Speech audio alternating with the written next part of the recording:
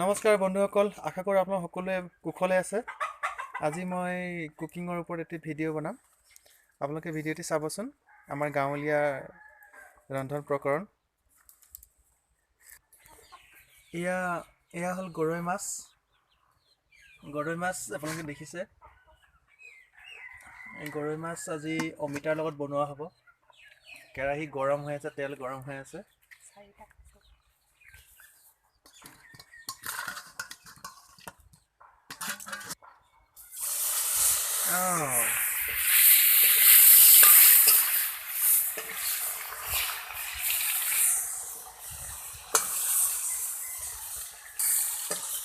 এয়া half fry কৰা হৈছে গৰৈ মাছখিনি।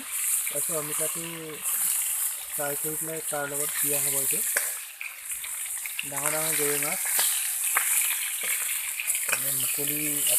আমাৰ মুকলি চোতাল হয়।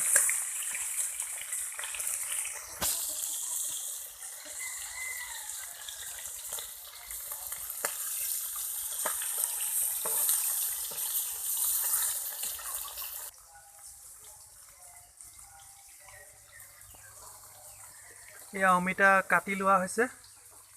ধুনীয়াকৈ অমিতাখিনি কাটি লোৱা হৈছে, পূৰা পুৰঠ অমিতা। তাৰপিছতে কাটি কৰি জলকীয়া, পিঁয়াজ, নহৰু দিয়া হ'ব, নিমখ।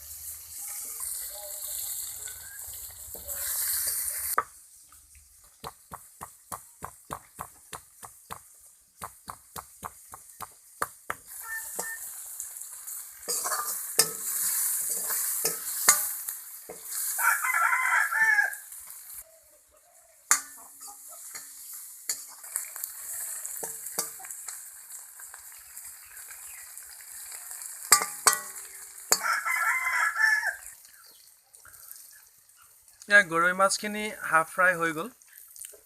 এইটো হাফ ফ্ৰাই কৰি লোৱা হৈছে। ধুনীয়াকৈ হালধি, নিমখ দি তেলত হাফ ফ্ৰাই কৰি লোৱা হৈছে।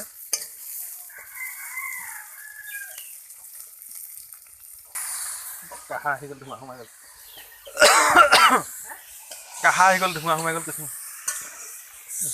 আহি গ'ল আইতা।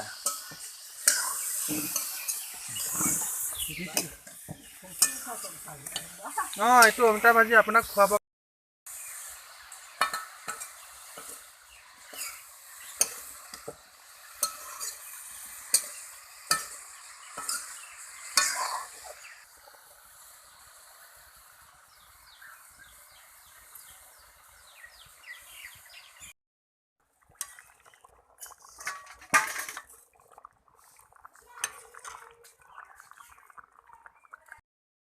এই হৈ গ'ল সুন্দৰ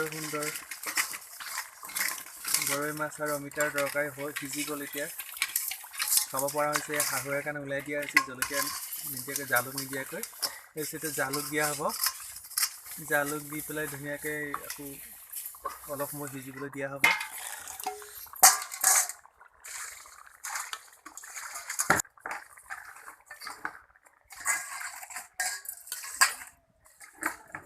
সুন্দৰ